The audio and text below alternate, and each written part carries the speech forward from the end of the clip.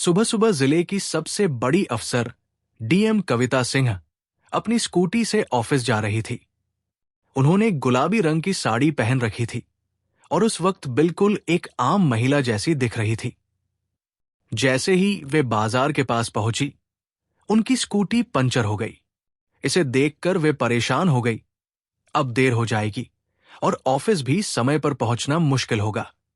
उन्होंने पास खड़े एक आदमी से पूछा, भाई, यहां आसपास कोई पंचर की दुकान है क्या? उसने जवाब दिया, जी हां, थोड़ी ही दूरी पर आगे एक दुकान है। कविता सिंह धीरे धीरे स्कूटी वहां ले गई और पंचर वाले से बोली, भाई, मेरी स्कूटी पंचर हो गई है, जरा जल्दी ठीक कर दीजिए। पंचर वाला काम शुरू ही करने वाला था कि उसी समय एक इंस्पेक्टर भी वहां पहुंचा। उसकी गाड़ी भी पंचर हो गई थी। आते ही वो जोर जोर से चिल्लाने लगा, अरे, मेरा भी पंचर ठीक करो, मुझे बहुत काम है, जल्दी करो। पंचर वाले ने शांत होकर कहा, साहब, थोड़ी देर रुक जाइए, पहले ये स्कूटी ठीक कर रहा हूं। स्कूटी का पंचर होने के बाद पंचर वाले ने कहा, बस 10 मिनट में कर देता हूं। इंस्पेक्टर गुस्से में चिल्लाया, मैं 10 मिनट नहीं बैठूंगा, पहले मेरा ही करो, मुझे बहुत काम है। कविता ने विनम्रता से कहा, सर, मुझे भी ऑफिस जाना है, कृपया पहले मेरी स्कूटी ठीक कर दीजिए, आपका भी जल्दी हो जाएगा, थोड़ी देर रुक जाइए। इंस्पेक्टर और ज्यादा चिढ़ गया। उसने तेज आवाज में कहा, तुम मुझसे तंग कर रही हो? पता नहीं मैं कौन हूं, अभी थप्पड़ मार दूंगा, समझ जाओगी। इंस्पेक्टर को यह भी पता नहीं था कि सामने जो साधारण महिला खड़ी थी वो जिले की डीएम कविता सिंह है।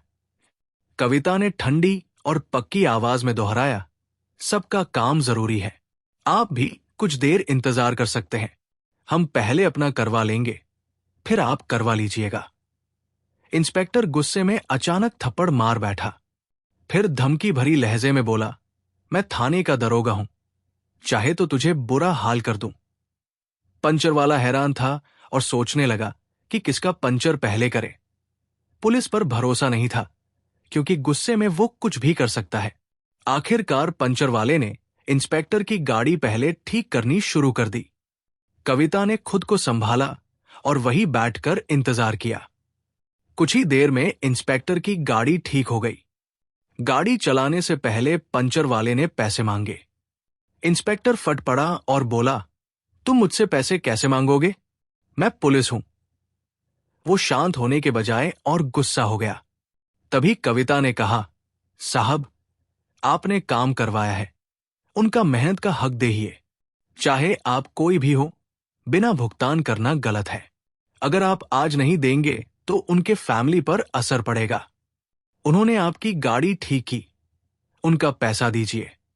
पंचर होते ही पंचर वाले ने कहा, बस 10 मिनट और लगेंगे। इंस्पेक्टर अचानक चिल्लाया, मैं रुकेगा नहीं, पहले मेरा कराओ, मुझे बहुत काम है। पंचर वाले ने विनती की, सर, अगर हम काम नहीं करेंगे तो हमारा घर नहीं चलेगा, हम रोज कमाते हैं, हमारी रोजी रोटी इसी पर निर्भर है, कृपया हमारे मेहनत का पैसा दीजिए। इंस्पेक्टर आदित्य वर्मा क्रोधित हो गया और उसने उस आदमी को थप्पड़ मार दिया। पंचर वाला घबराकर माफी मांगने लगा। तभी कविता सिंह ने आवाज उठाई, बिना वजह किसी गरीब पर हाथ उठाना गलत है। आप कानून के रक्षक हैं, पर अभी खुद कानून को ठेंगा दिखा रहे हैं। मैं इस पर कार्रवाई करूंगी। इंस्पेक्टर हंसते हुए बोला, तुम क्या कर पाओगी? मुझसे भिड़ोगी? पर कविता सिंह शांत रहते हुए बोली, पहले मेरा पंचर पूरा कराइए। इंस्पेक्टर गुस्से में गाड़ी स्टार्ट करके चला गया। जब कविता का पंचर भी ठीक हो गया तो उन्होंने अपने और इंस्पेक्टर के दोनों पंचर के पैसे निकालकर पंचर वाले को दिए। पंचर वाला शुरू में मना करने लगा, पर कविता ने कहा कि मेहनत का पैसा जरूर मिले।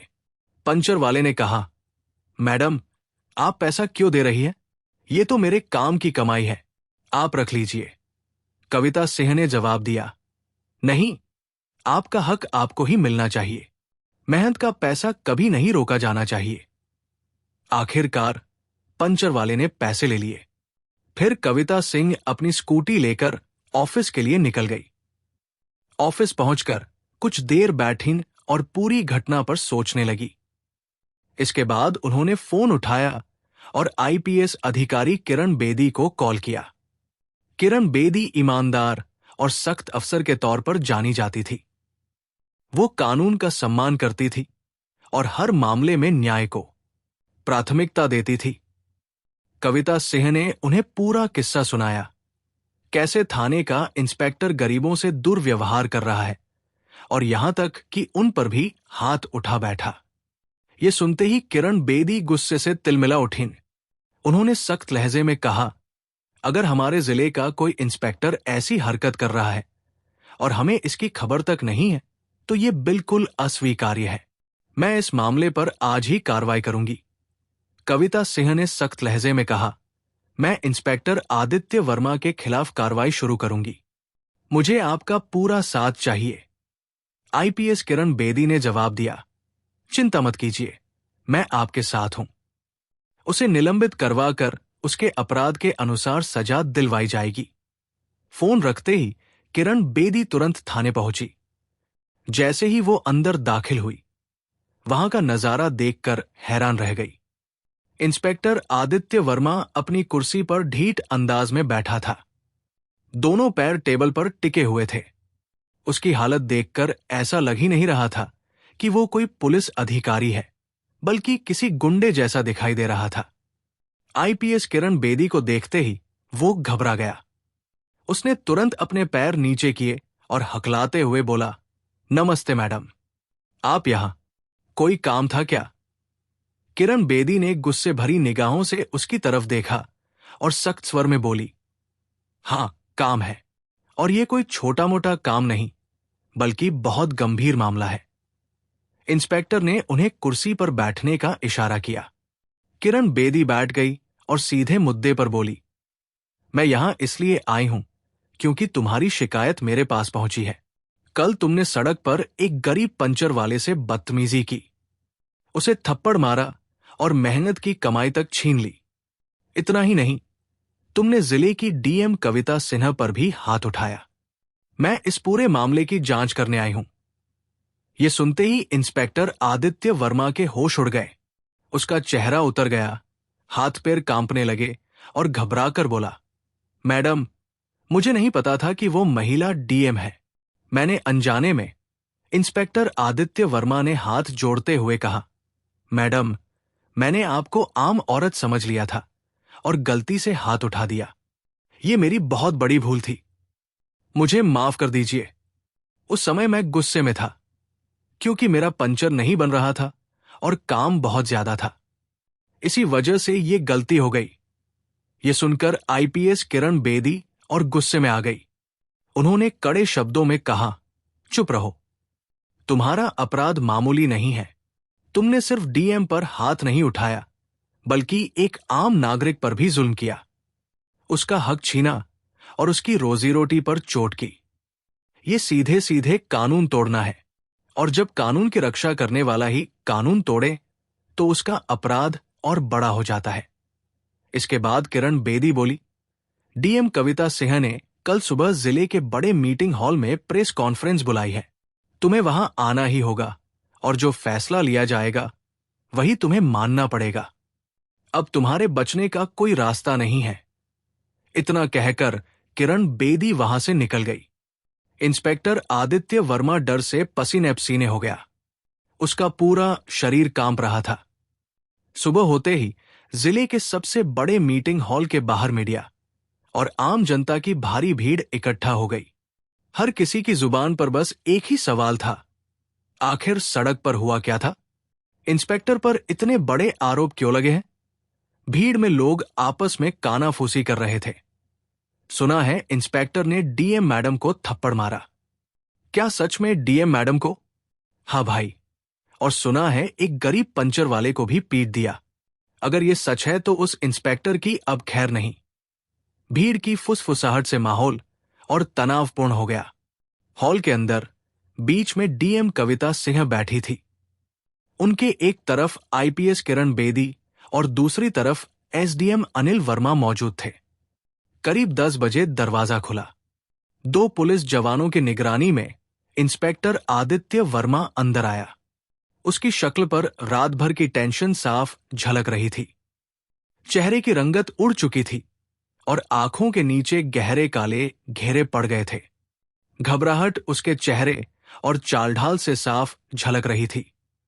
सामने डीएम और आईपीएस को देखते ही उसके कदम लड़खड़ा गए। धीरे धीरे चलकर वो कुर्सी पर बैठ गया। मीडिया के कैमरे लगातार उसकी ओर घूम रहे थे। डीएम कविता सिंह ने माइक उठाकर कहा, सुप्रभात। आप सबको यहां बुलाने का कारण यह है कि कल जो घटना शहर की सड़क पर हुई वो सिर्फ मेरे या एक गरीब पंचर बनाने वाले के बारे में नहीं है। ये पूरे सिस्टम की साख और कानून की इज्जत से जुड़ा मामला है। हम सबका काम कानून की रक्षा करना है, न कि उसका गलत इस्तेमाल करना। आज यहां सबके सामने जांच और फैसला होगा ताकि हर नागरिक को यह संदेश मिले कि कानून सबके लिए बराबर है। भीड़ तालियों से गूंज उठी। इसके बाद पंचर वाले को बुलाया गया। वो कांपते हुए मंच पर आया। उसके चेहरे पर अब भी कल के थप्पड़ का निशान दिख रहा था। उसने हाथ जोड़कर सबको नमस्ते किया। किरण बेदी ने सख्त आवाज में पूछा, कल सड़क पर क्या हुआ था? गरीब आदमी ने हिम्मत जुटाकर कहा, मैडम, मैं रोज कमाता हूं, रोज खाता हूं। कल आपकी स्कूटी पंचर हुई थी। मैं उसे बना ही रहा था कि तभी इंस्पेक्टर साहब आ गए और बोले कि पहले उनका काम करो। मैंने कहा, बस 10 मिनट रुक जाइए, लेकिन उन्होंने जबरदस्ती की। आपने भी कहा कि सबको बराबरी का हक है, पहले आपका बने फिर उनका। बस इतना सुनकर इंस्पेक्टर साहब गुस्से में आ गए और आपको थप्पड़ मार दिया। फिर मुझ पर भी हाथ उठाया और पैसे देने से इनकार कर दिया। इतना कहते ही उसकी आंखें भर आई। पूरा हॉल सन्नाटे में डूब गया। मीडिया के कैमरे हर पल कैद कर रहे थे। जनता हाय हाय और शर्म करो जैसी आवाजें लगाने लगी। अब डीएम कविता सिंह ने खुद पूरी घटना बताई। उन्होंने शांत लेकिन सख्त लहजे में कहा, इंस्पेक्टर ने सिर्फ एक नागरिक का हक नहीं छीना, बल्कि कानून की गरिमा को भी ठेस पहुंचाई।